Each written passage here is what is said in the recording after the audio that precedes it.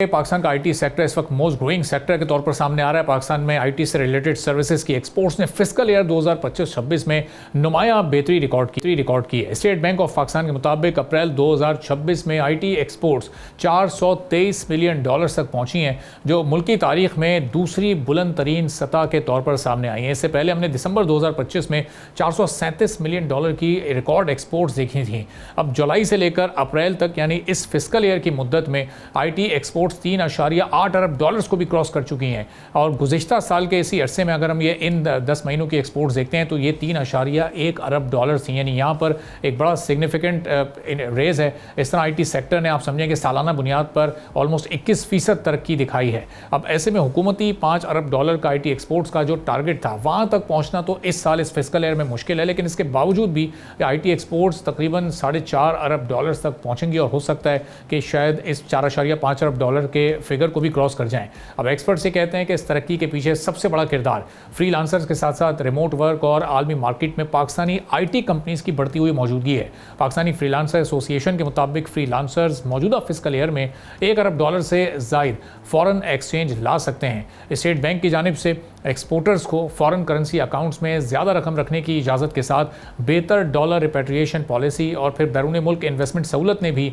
IT exports बढ़ाने में मदद दी है। चूँकि आईटी सेक्टर मैन्युफैक्चरिंग की तरह हैवी रॉ मटेरियल इंपोर्ट पर रिलाय नहीं करता, इसीलिए इसके फॉरेन एक्सचेंज हासिल करने का ज़्यादा इम्पैक्ट होता है। लेकिन आईटी सेक्टर को अब भी कई रुकावटों का सामना है, जिसमें गैर इंटरनेट की स्पीड है, इसके साथ साथ लोड शेडिंग के अलावा टैक्स पॉलिसी में एक गैर यकीनी सूरत हाल है, फिर पेमेंट सिस्टम की मुश्किलात हैं। ये सब तरक्की की रफ्तार अभी भी लिमिटेड रखे हुए हैं। इसीलिए सनत 0.25% रियायती टैक्स रेट को 2035 तक बरकरार रखने का मुतालबा कर रही है, ताकि इन्वेस्ट एतमाद कायम रह सके। और अब जब ये बजट आ रहा है तो इस बजट से कि आईटी सेक्टर को भी कुछ उम्मीदें हैं, उनके भी कुछ प्रपोजल्स हैं, कुछ डिमांड्स हैं। इस पर हम बात करेंगे। फैसल जद्दी साहब सीईओ हैं पाकिस्तान सॉफ्टवेयर एक्सपोर्ट बोर्ड के, हमारे साथ मौजूद हैं। फैसल साहब, बहुत शुक्रिया प्रोग्राम के लिए, आपने वक्त निकाला।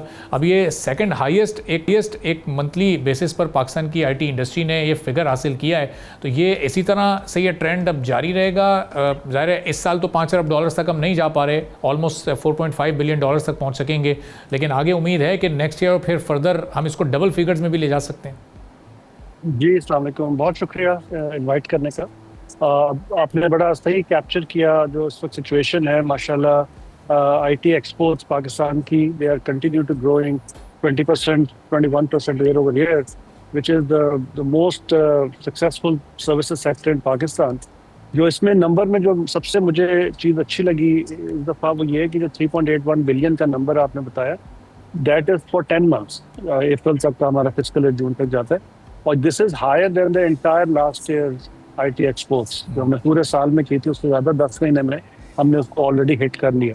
तो ये एक बड़ा अच्छा मोमेंटम है। और माशाल्लाह पाकिस्तान का पिछले 3 से 4 साल का अगर आप देखें जो खेगर होता है हमारा क्यूमुलेटिव एनुअल ग्रोथ रेट, वो 20-21% हर साल हम माशाल्लाह ग्रो कर रहे हैं। और आपने ये भी बिल्कुल सही पॉइंट आउट किया कि ऑनरेबल प्राइम मिनिस्टर साहब ने बड़ा हमारे लिए एक एम्बिशियस टारगेट रखा हुआ है, और वो है $15 बिलियन की हमारा आईटी एक्सपोर्ट करनी है बाय द ईयर 29-30। तो उस तक पहुंचने के लिए इस साल हमने सोचा था 5.2 तक जाएंगे, लेकिन based on run rate 4.5 to 4.7 इंशाल्लाह विल डू बाय जून। अभी जो असल सवाल आपका है ना, वो उसमें 2-3 चीज़ें बड़ी इंपॉर्टेंट हैं कि अगले सालों में how will we hit our target, right? That's the number 1 question you have. तो उसमें ये है कि देयर आर नंबर ऑफ, एक तो टेक्नोलॉजी के हिसाब से अगर आप देखें पाकिस्तान की जो आईटी कंपनी जो सर्विसेज परफॉर्म करती है, ज़्यादातर सर्विसेज में करती है। और एक बात मैं आपकी ज़रा उसको भी क्लैरिफाई कर दूं कि जो 75% प्लस ऑफ आईटी एक्सपोर्ट्स है वो आईटी कंपनीज करती है पाकिस्तान की।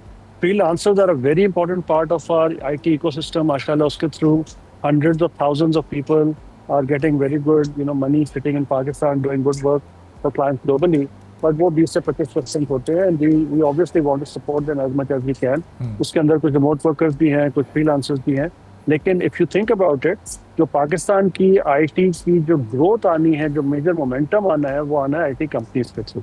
तो इसलिए हमारा बड़ा फोकस ये होता है कि आईटी कंपनीज को जितना फैसिलिटेट कर सकें वो करें। उसमें गवर्नमेंट की तरफ से और very very serious push by the prime minister साहब and the minister of IT जो हमारी हैं, बहुत ज़्यादा हमारा पुश होता है कि जो जो हम हेल्प कर सकते हैं वो करें, बोथ फ्रॉम कनेक्टिविटी साइड पे आपको पता है गवर्नमेंट लेवल पे हमारे बहुत ज़्यादा गवर्नमेंट टू गवर्नमेंट रिलेशनशिप होते हैं डिफरेंट कंट्रीज के साथ, और हम ये ट्राई करते हैं कि उन रिलेशनशिप्स को जितना जल्दी हो सके B2B में कन्वर्ट करें ताकि हमारी कंपनियों को फ़ायदा हो।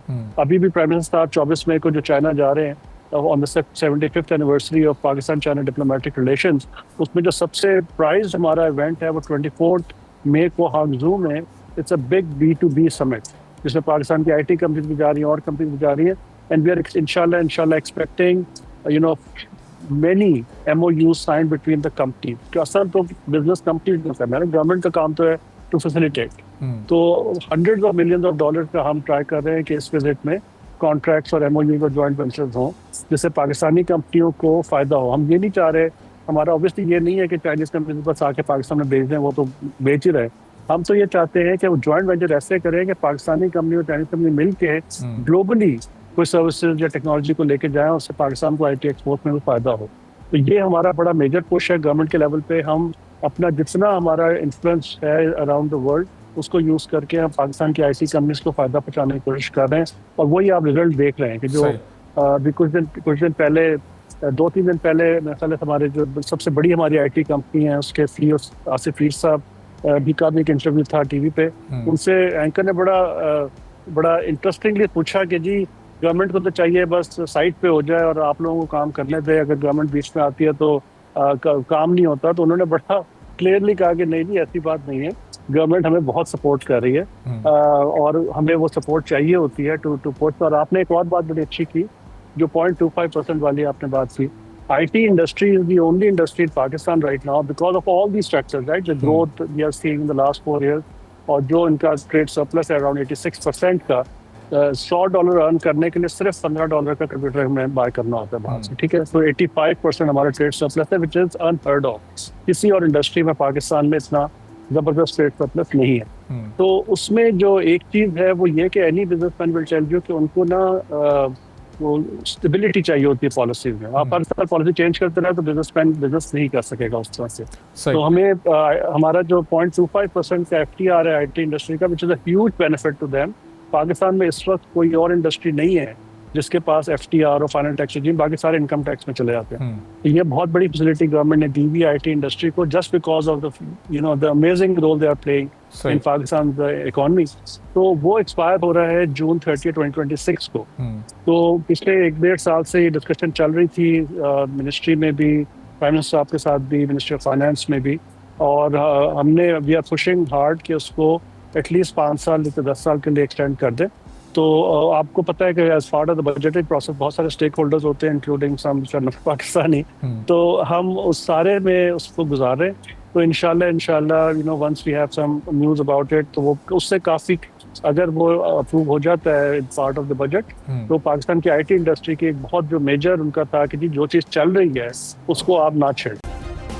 सब्सक्राइब करें और बेल दबाएं ताकि कोई खबर रह न जाए।